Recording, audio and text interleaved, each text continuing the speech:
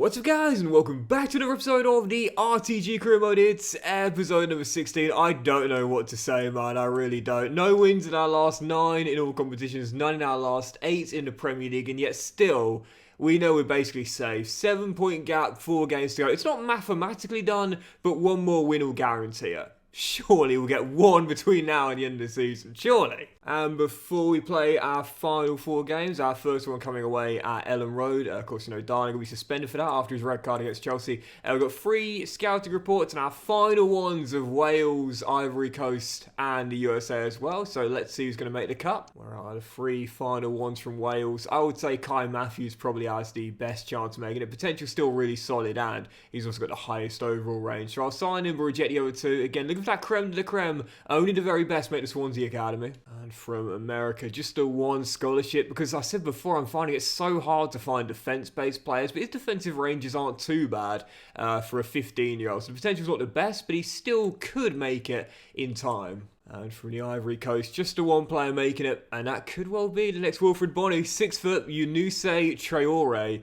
Whilst our academy is now officially full to the brim, he looks very talented, and I'm not leaving him. Unfortunately for the barista, I just don't think he's going to make it, man. 76 to 82%, it's not bad, but he's just so lowly rated, and even with development plans, he's barely grown this season. So, yeah, sorry, Gavin, but it's time for you to rebuild your career working in your local coffee shop. So, yeah, just a 1 player from Ivory Coast, that's Younousse Traore. So, yeah, I do predict that a few of these players will be asking for pro deals coming the end of the season. As we said before, it does mean their potentials will most likely drop a little bit heading into the new season. With a successful year out on loan, they should be able to rebuild that potential as well. So right now, the best remain now. Goalkeeper we picked up from Wales, Scott Clark, who looks really, really good indeed. Tattoo Oliver, the Finnish winger, and also Leo as well. But again, the problem I've had this season and last season, and really throughout FC24, is that it's a really imbalanced academy. We've got so many forwards and a couple of goalkeepers, but very few defence-based players. Right, let's go first to the final 4. Ellen Road leads away, where just a 1 win will get us to the magic 40-point marker. And surely we're not going to go the rest of the season without 1 more victory. That's all we need.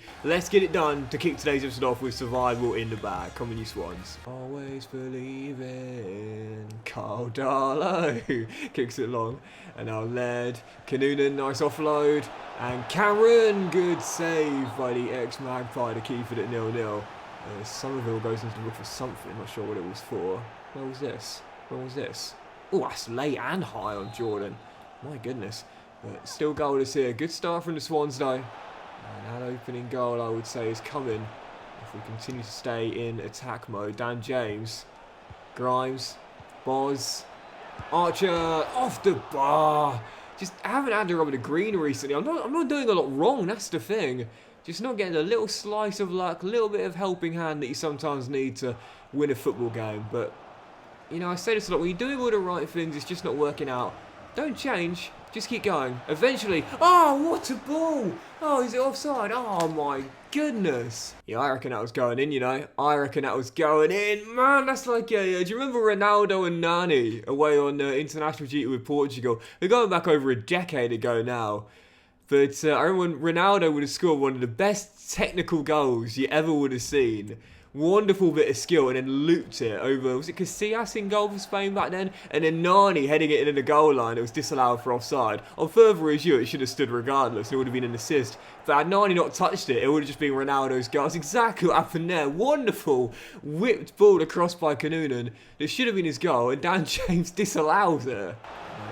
No, Joel Perot. Oh, what a finish by the former Swan. And showing no respect makes it 1-0. Can't get over this, man. I really can't. Listen, if we go down from here, I'm laughing, but there is a slight bit of doubt in my mind. It can't happen. It surely can't. We're the most embarrassing relegation of all time. Yeah, this is shades of Hull City's debut season in the Premier League back in 2009. Now, for those of you that may be a little bit too young to remember this, Hull went to the Premier League and under Phil Brown had an amazing first half of the season where it was looking like they could pull off an unbelievable feat and end up qualifying for a European competition. In fact, it was looking quite likely. And then in the second half of the season, they only won 1 time in the calendar year, only won once.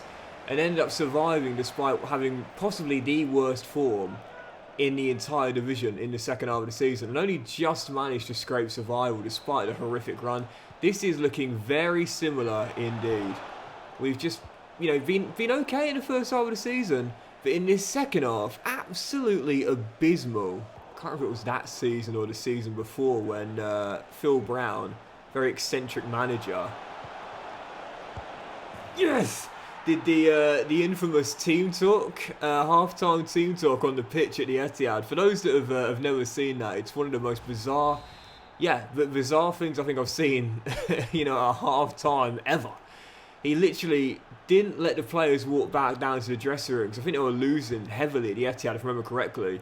And he did the team talk with all the boys sat on the pitch in front of the away fans at the Etihad. It was really degrading and embarrassing. And many people see that as the turning point in what was the end of Phil Brown's top flight managerial career, and I can understand why. It was very David Brent-esque, if you will. This is now going to see us equal the record for most amount of draws in a Premier League season at 17, which is oh no. Oh, what a block, Brandon Cooper. Can't get back on your line, mate, because Cooper will have that. And we will survive to death. There it is, 17th draw of the season, and that is now a record equalled in the Premier League. One more in 3, and we'll set an unwanted record. But it'll be fitting for the way this season's gone. And we'll see directly after the game whether Leicester beat Fulham or not. If they didn't, that will all but guarantee it anyway. So, yeah, we remain in 13th, and Leicester also got a point as well. So 7 points free to go. It's not officially done yet, but it basically is. Right, let's jump into the following game. Forest at home. And one more draw will set a new record for most in a Premier League season, which, to be honest, it would be fitting and also showcase what I know I bang on about a lot, but just the overpoweredness of form, because this drawing run surely is a record for most consecutive in a Premier League season. Let's avoid that unwanted record and finally win for the first time after none in our last 9. Come on, you Swans. Yeah, I just looked it up. That Phil Brown team talk was during that season, and that was basically at the start of their winless run in the second half of the season, when he only won 1 in, again, about 15, 16 games or something. So, yeah, I'd like to say I can't relate, but at the moment I can. Haven't given a half-time team talk on the pitch during this run, but I've certainly not got the boys firing on all cylinders right now. Oh, it's Jamal Lowe. Fire's just over. We're stumbling to safety just like Phil Brown's Tigers, man. It's not a good feeling. And I've also just looked up the most draws consecutively record, which we are now the holders of. It was 7. And we're going for our 10th straight. And of course, in the record for most in the season, we're 1 away from setting that and eclipsing the unwanted record that was previously jointly held by Newcastle, Sunderland, and Aston Villa. I'm not going to lose on purpose to avoid the record, but it's still a little bit embarrassing.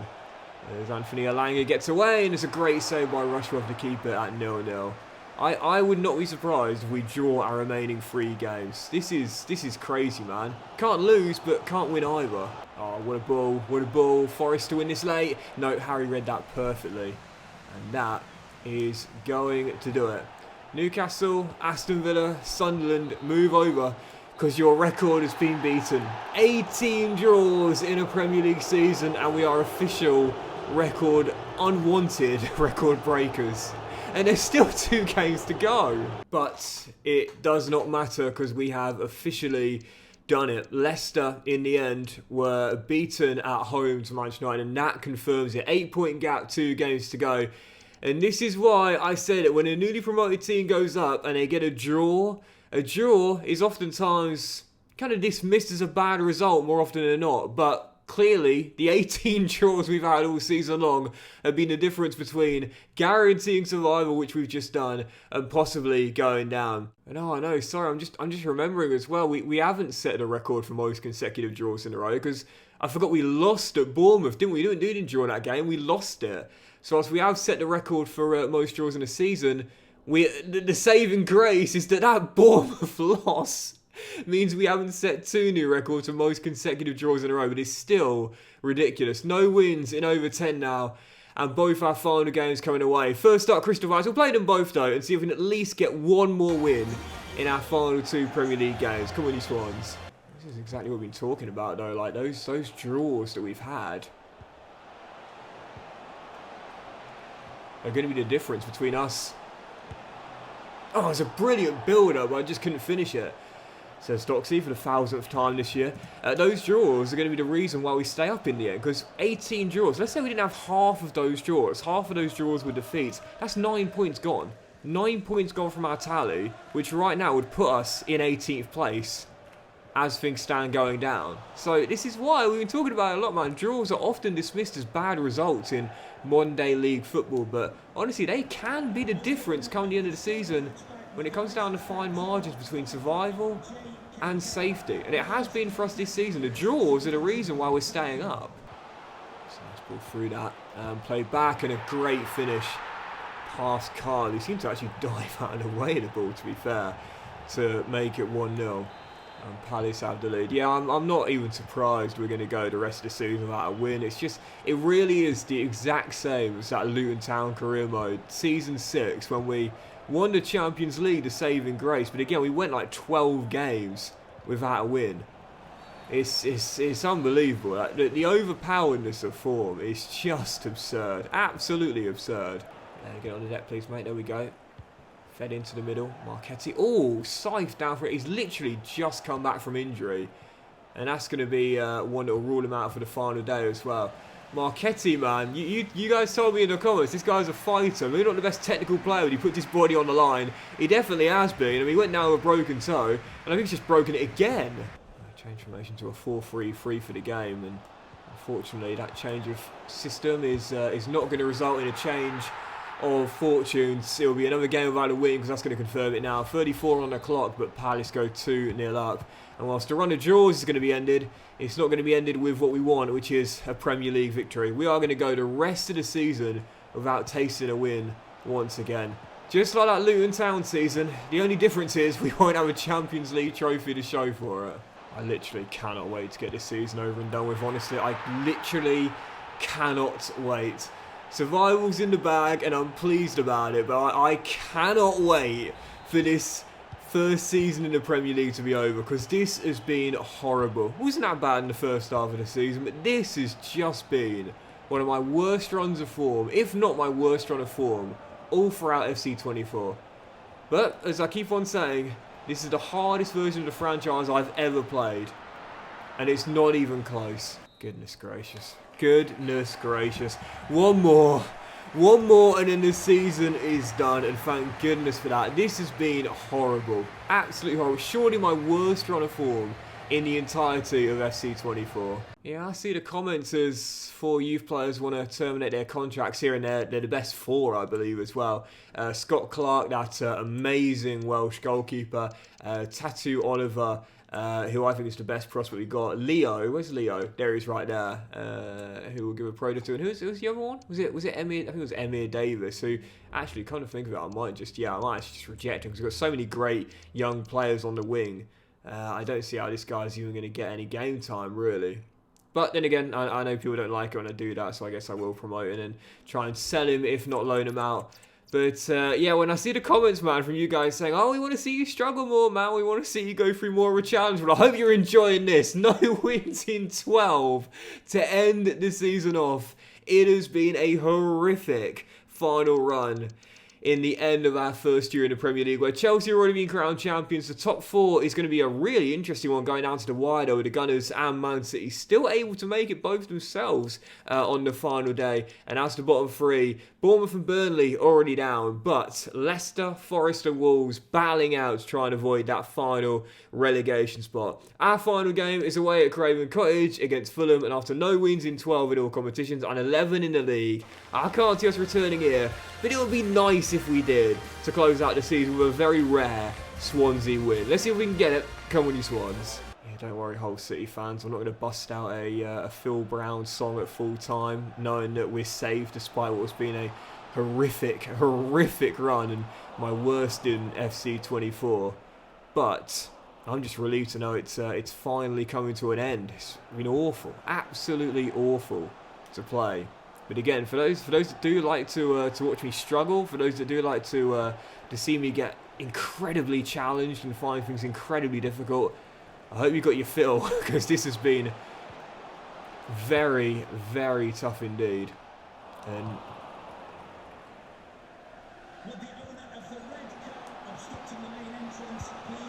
yes! Thankfully it's coming to an end, and hopefully it'll end with a win as well. Josh Ginnerly gives us the lead. James wins it back high at the pitch. Archer. Grimes. Ginnerly for two, off the bar. Surely, Dan James. Oh, what a save for Leno. What a save by the German to keep it at 1-0, man. How on earth did that ball stay out as Archer heads over? This is the thing, man. In this run, no wins in 12. We actually haven't been playing badly. That's the thing. Just haven't really had the rub of the green. Hit the woodwork a ridiculous amount of times. Crazy last-ditch tackles and saves and blocks. And still, this game is far from finished. Leading by 1. Can we close it out? As far as I'm concerned, we've been doing all the right things, just haven't been rewarded for it. But what do I often say? When you are doing the right things and you're just not getting the rub of the green in your favour, don't change things. Keep going. Eventually. Oh, eventually you get a little bit of luck you deserve. Right on cue. Mr. Archer. Shot deflects off Calvin Bassey. Drops over Leno. And finally, the dry spell is going to come to an end. This is the best trip I've ever been on. Sorry, I lied. I will do a bit of Phil Brown. Swansea are finally going to get what they deserve, which is a Premier League win. Thank the Lord for that. Yep, if you're putting in the hard work, guys, but it's just not worked out so far, hold your head up high. You're doing all the right things. You're making all the right moves. You're putting yourself in the right areas. But I'm a firm believer that even if you haven't got your reward yet, I'm a firm believer that eventually you will. Eventually that hard work will pay off and you'll get what you deserve. And for Swansea, that is a Premier League win. None in our last 12.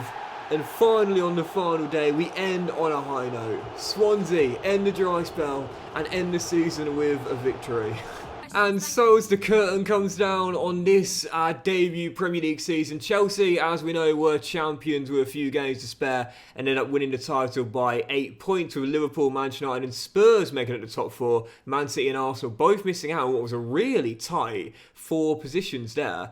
5 positions even, as Palace ended up claiming that final European spot. Newcastle, West Ham and Aston Villa made up the top 10, and we survived by getting to 42 points, but doing it via a record amount of draws in a Premier League season with 18. Only the 8 wins, only the 34 goals, league's lowest scorers, but it's the draws that saw us end up surviving, alongside Forest and Leicester, as Wolves, who lost at Molineux on the final day, were relegated, alongside Bournemouth and Burnley, both going down to the Championship. That's one of the first seasons where all 3 newly promoted teams have ended up surviving. One of the first times I've seen that in a career mode season. Fair play. And in terms of the individual awards, Bukayo Saka won the Golden Boot with Nicholas Jackson in second. A Man City 3 and 4 saw Haaland and Rodrigo make up the top 4 with Luis Diaz in 5th and Salah right behind in 6th. We did have a man in the top 15, that was Cameron Archer with 14. And it goes to show you just how poor we were in front of goals, man. 14, that's almost half of the goals we scored were scored by 1 player. That's crazy. And normally I always have someone leading the way or in the top 3 for assists. I didn't have a single player in the top 15. Dan James was my best creator with 6. In front of goals, we really struggled this season, but at least defensively, we were a lot better. Whilst Alisson won the Golden Glove, Carl was in top 3 with 11 in 38. So going forward, we had a lot of problems, but at least defensively, we were able to grind out a lot of clean sheets this season. Taking a look at the other competitions this season, as you'll see, Forest Green Rovers' Cinderella story in the Carabao Cup came to an end in the semis, as they were beaten by the eventual runners-up, Spurs, ending that trophy drought by winning on the spot kicks against Manchester United. And like buses in England, you wait so long for one and then 2 come along at once. Yep, they didn't just win the Carabao Cup, but a team that knocked us out in the FA Cup also went all the way to complete a domestic cup double. Spurs with both the League and FA Cup this season. The Conference League, which I always find fascinating, was this season won by a Dutch side, FC Twente, beating Sporting in a 5-goal thriller of a final. The Europa League was somewhat nice to see for me, as you'll see in the end, Liverpool, despite demolishing RB Salzburg, were knocked out by the eventual winners. Yep, Real Sociedad's first ever European trophy, beating Bayern Munich in the final. Soft spot for them after my Luton Town career mode. But as for the big one, which is the Champions League, obviously I showed you the groups in a previous episode this season, but as for the last 16 onwards, this is how the knockout stage went. When Manchester City played Barcelona in a final, but could not complete the three-peat. Yep, they won the treble last season in real life, they won the treble in the save last season too, but this year, end up trophyless, could not make it 3 CLs in a row, as Barcelona ended their long wait for another one. And so the very last thing we'll do to end our first year in the Premier League is take one final look at the squad as we close out Season 2. And now is the time, guys, to leave me a comment. So today, in the comment section down below, guys, could you please leave me your transfer targets for the start of Season 3 and our summer transfer window about to come around the corner? Like, I'd say over half the team, especially the new signings we brought in, have been your recommendations. You know, Cameron Archer, who I'd say was our player of the season this year, Dan James, Jordan Boz, Joe Rodden coming back, Ethan Laird. Most of the signings we've made for not just this season but last season as well have been transfer targets from you guys. So please do keep the comments coming in. I love how you guys are my chief transfer advisors right now. Transfer targets, leave me a comment. What positions do you think we need to strengthen, and what players do you want us to sign for the new season? I thought defensively were pretty solid this season. You know, Kyle obviously third in clean sheets this year, up to 75 overall, improving. He's good enough to stand his ground in the top division. I don't think we need to worry about a new goalkeeper for sure. With a couple of those great academy grads as Scott Clark's shock horror also has the potential to be special as well. Jordan Boz, of course, came in, got 5 clean sheets in 15 and 3 assists as well. What a great little signing he was coming in on deadline day in January as well. So thanks once again for that transfer suggestion. Another transfer suggestion by you guys as well. But yeah, any suggestions you have, please do leave them in the comment section down below. Again, most of our new signings have been recommended by you guys, and I want to keep listening to you guys. I want to keep getting your advice taken and bringing in new players that you guys suggested. Ethan Laird was brilliant this year as well. 3 goals in 33 and 9 clean sheets as well. It was a fantastic signing. Another player recommended by you guys as well. So yeah, do leave me a comment. I think defensively will be alright though. I'm liking our backline. I really am. Maybe a successor for Harry Darling, who's not growing anymore, but I think our back four and goalkeeper for the most part is pretty solid. I'd say where we're lacking is probably at CM. We know that Matt Grimes isn't going to get any better now at 29 years old, and Brownhill's been a good little pickup on a free transfer, but at also 29, he's not going to get much better either, and I might convert him to right back next year if we end up selling Josh Key. But I would definitely say, to me, that the main areas of concern are probably CM/CDM, and also maybe on that right-hand side as well. I like Ginley a lot, but I don't know how much better he's going to get at 28 years old. Fair, even Dan James at 27 as well. Brought him in from Leeds. He was pretty solid to start with, but then went on a real long goal drought. So I'm thinking maybe CM and maybe on the wings as well. I trust Cameron Archer, definitely, but I'd say CMs and wingers are our most concerned for the new season. So yeah, any transfer suggestions, do leave them in the comment section down below. I need as much help as possible as we continue to build this Swansea team. So many amazing young players at the academy. They will all be added to the loan list, don't worry, for the summer window. And we'll try and loan all these guys out for the new season as well.